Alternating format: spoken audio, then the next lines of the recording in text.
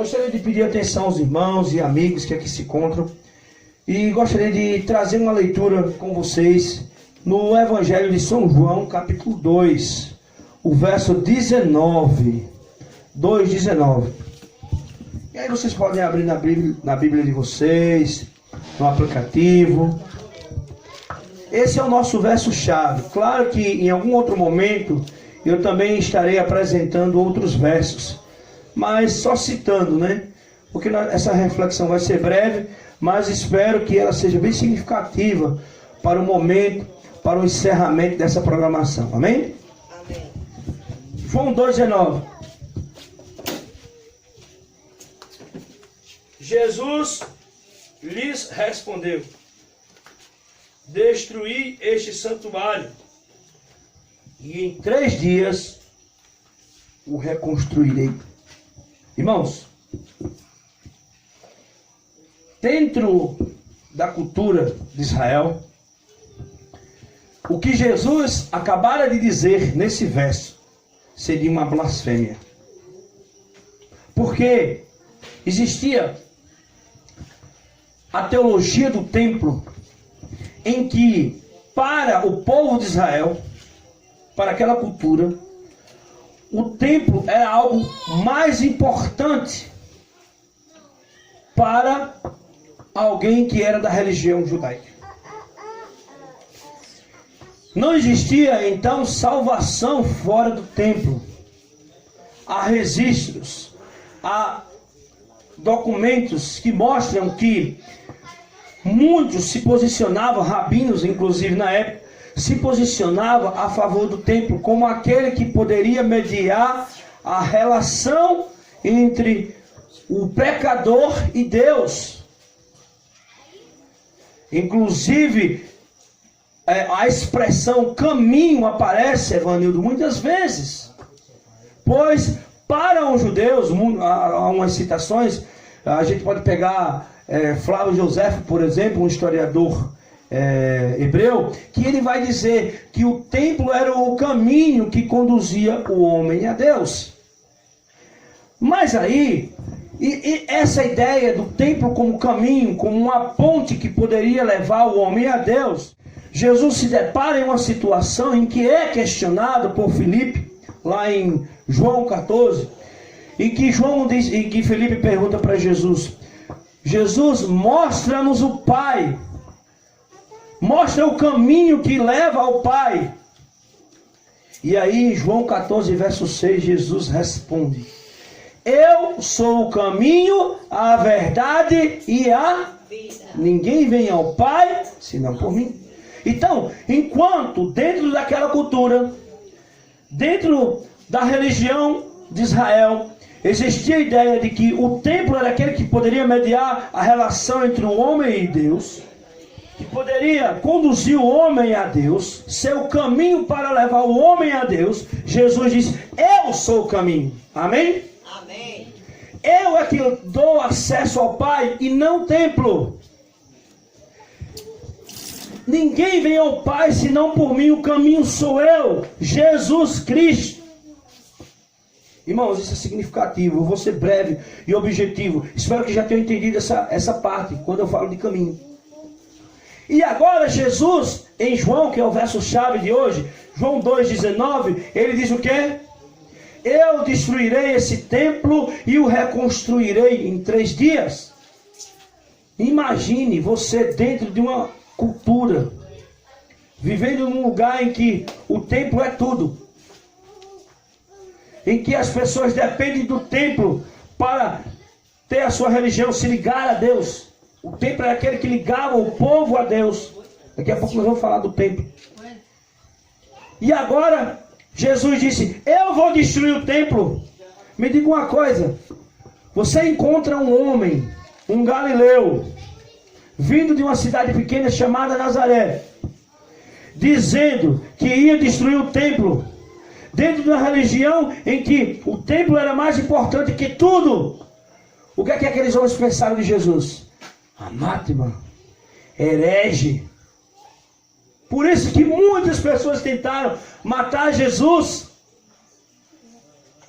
Porque alguém que dizia isso não poderia ser um verdadeiro judeu, não poderia ser alguém que professasse a religião de Deus Yahvé. Não tem como. Ele disse que ia destruir o templo. Mas sabe de que templo Jesus estava falando? Que ia ser destruído? E a gente vê a própria Bíblia explicando isso. Ele estava falando dele mesmo. Que ele disse que ia destruir o templo e em 3 dias ia reconstruir. Jesus estava falando, irmão Jailson, da ressurreição. E ele está dizendo: ora, não, eu sou o templo. Ninguém vem ao Pai senão por mim. Eu sou o caminho. Não é mais o caminho, não é mais o templo. O caminho sou eu. Eu sou o templo. Veja a significação que nós podemos entender nesse contexto. Agora não é mais pelo templo. E a Bíblia diz que quando Jesus morreu na cruz, às 3 horas da tarde, o véu do santuário se rasgou. E agora o pecador poderia ter acesso direto ao Pai, por meio do Filho. Tudo que era no templo, os rituais, os sacrifícios, as cerimônias, o serviço sacerdotal, tudo acabara, porque agora não precisa mais disso, porque agora o homem tem acesso direto a Deus por meio do Filho, o verdadeiro templo. Irmãos, eu vou começar a fazer umas aplicações, porque eu não quero me estender na mensagem. Eu apenas contextualizei com essa ideia do templo, mas agora eu quero trazer para nós cristãos. Infelizmente, para alguns cristãos, escutem, irmãos, você que agora se encontra na cozinha, você que se encontra aí no seu quarto ouvindo essa mensagem, você que está na sala, ou você que aqui se encontra, ou que irá assistir essa mensagem pela internet. O que acontece muitas vezes hoje é que muitas pessoas ainda estão dependendo do templo, ou do que é feito, ou do que é realizado para ser salvo, achando, acreditando e inclusive defendendo que o templo é um lugar de salvação, a igreja é um lugar de salvação. Eu sei que para muitas pessoas eles usam, não é verdade isso, a igreja não salva, mas na sua prática, na sua vivência, no seu discurso, está dizendo que a igreja salva sim. Muitos, como acontece na igreja romana, dizem, não existe salvação fora da igreja romana. E tem pessoas que ainda continuam com essa mentalidade de que a salvação depende de uma igreja, de um pastor, de um sacerdote, dos rituais, desses louvores que nós fazemos aqui. Daqui a pouco eu vou ser bem específico e vou dizer qual é o papel da igreja, para que nós possamos entender melhor. Não quer dizer que a igreja, o templo, não tem sua função, ela tem sim. Sabe qual é a função do templo? Estava conversando várias vezes com o irmão Francisquinho. É apenas de reunir o povo para a adoração pública a Deus e a comunhão. São os 2 pontos. Comunhão de salvos em Cristo que se reúnem para adorar a Deus e só. Mas ela não pode fazer mais nada pelo pecador. Porque o pecador só pode ter acesso ao Pai para intermediar a relação com o Pai. Não, cada crente é um próprio sacerdote. Ele é o sumo sacerdote, não precisa mais. Qual é o tema desse retiro? Liberdade em Cristo, o sacerdócio de todos os crentes. Todos nós somos sacerdotes. Amém. Irmãos, eu assisti uma pregação de um pastor, eu admiro muito esse pastor. Às vezes já foi criticado muito aí pela mídia e por outras lideranças religiosas que não tem nenhuma credibilidade para fazer esse tipo de crítica. Mas eu achei interessante algo que ele falou. Durante esse período de pandemia, ele reuniu com a liderança da igreja dele, estava preocupado. Estavam preocupados, né? O pessoal da liderança estava preocupado. O que é que estava acontecendo com os membros daquela igreja? Será que depois que terminasse a pandemia, o povo ia voltar para a igreja ainda? E então aquele pastor falou uma coisa que eu não esqueço mais. Quando eu penso o raciocínio dessa maneira, que as pessoas precisam vir para a minha igreja e precisam estar reunidas, eu estou dizendo que eles precisam do templo para ser salvo. Depende da igreja. Mas nós temos que entender que o crente na sua casa, o crente no seu trabalho, ele é um sacerdote e ele é a igreja. Estava lendo aqui essa lição. Deixa eu só encontrar aqui essa parte aqui. De uma igreja, de um pastor lá, o nome dele é Bill Hybels. Eu não sou muito bom em inglês. Ele é um fundador de uma igreja chamada Willow Creek, Estados Unidos. E ele fazia uma pergunta para os membros da igreja. Uma igreja lotada, um auditório muito grande. E ele perguntava: qual a igreja mais importante? E ele mesmo respondia: sabe qual é a igreja mais importante? É a Assembleia? É a Adventista?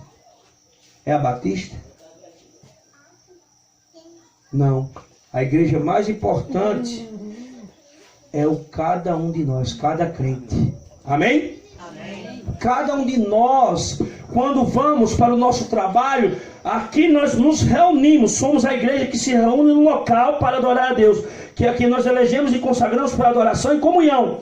Como também nós consagramos nossos templos, seja ele com o nome A, B, não importa. Mas nós somos ali uma igreja reunida em templos. Mas a verdadeira igreja vai com você. Tá? O pastor perguntava: qual é a verdadeira igreja?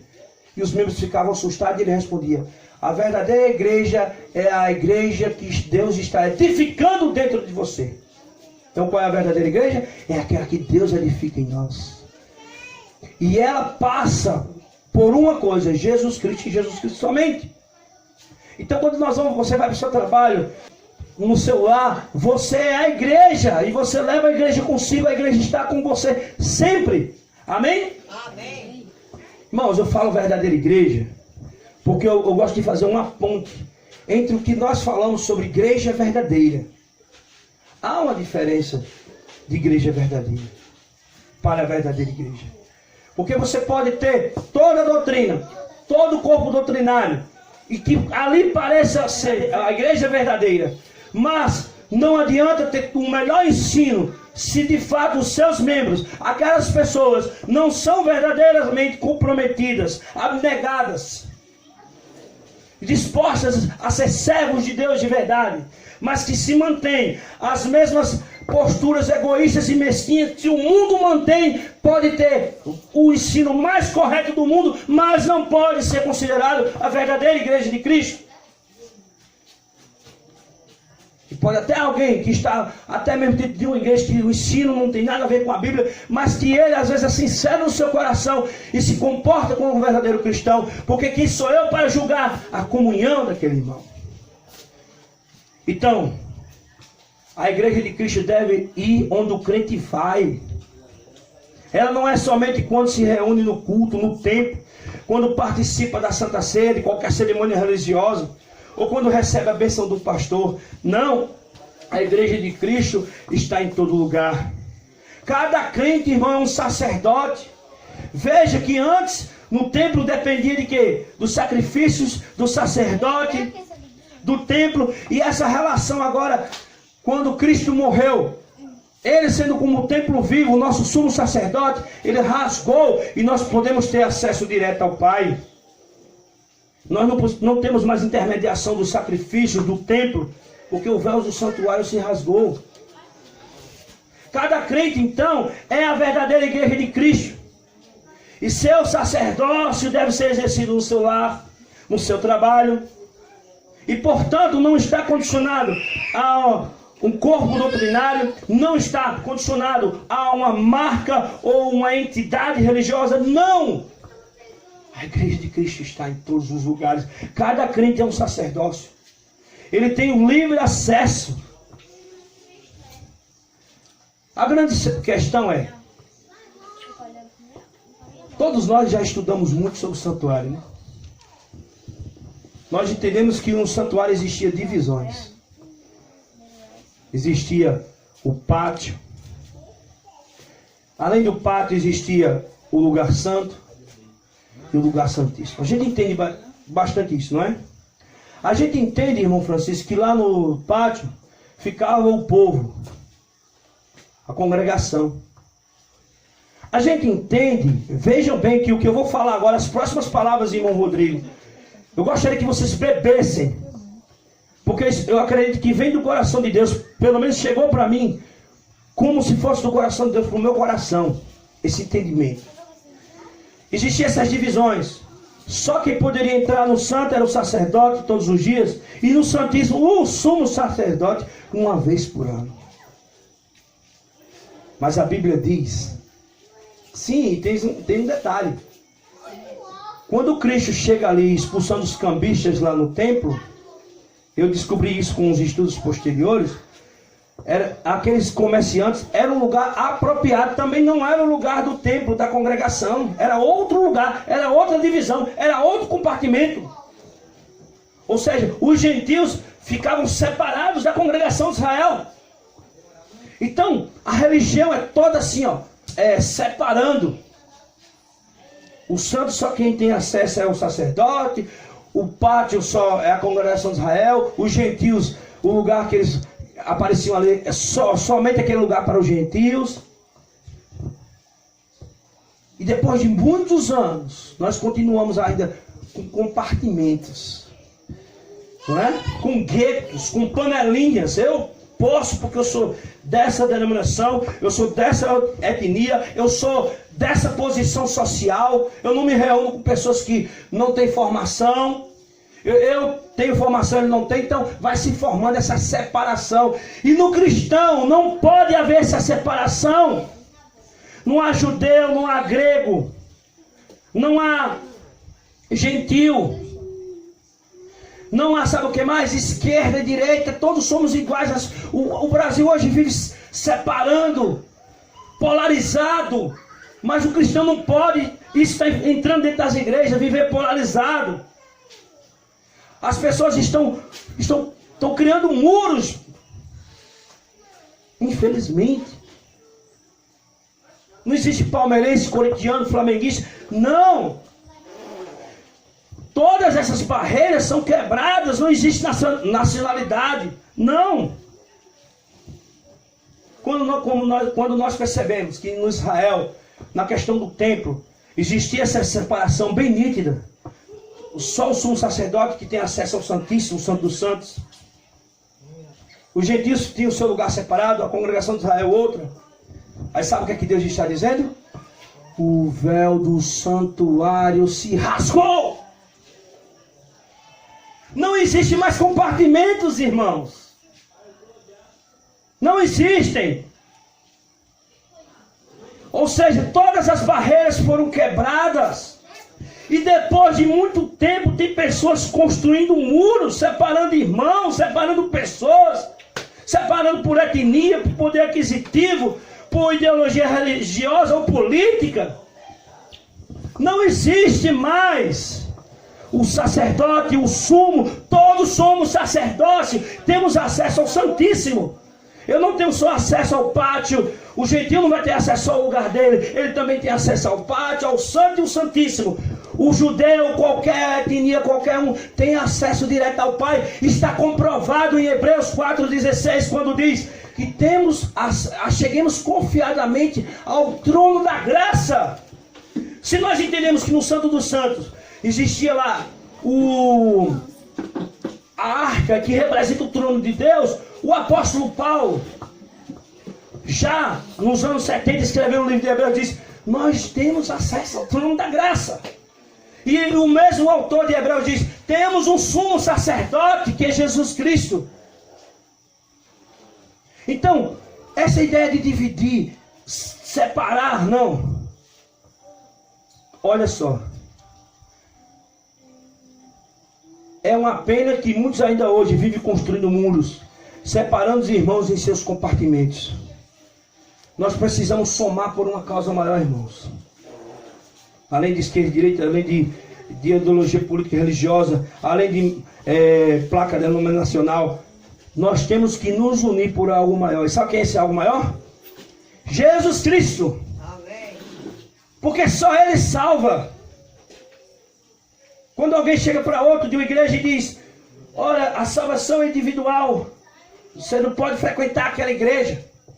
É a história da maturidade que eu falei. Onde é que estão os irmãos nessa pandemia? Será que eles vão voltar? Cada um é um crente responsável por si mesmo. Cada um tem sua própria maturidade. Ah, não vamos deixar aquele irmão ir para outra igreja, não participar do culto, ou participar de um retiro, porque para não se contaminar ou não influenciar. Vamos esquecer isso, romper essas barreiras, porque Cristo já rompeu lá na cruz. Amém. Ele já rompeu quando o véu do santuário se rasgou. E Cristo somos todos irmãos. Jesus é maior que o templo. Jesus é maior que qualquer sacerdote. Jesus é maior que os sacrifícios.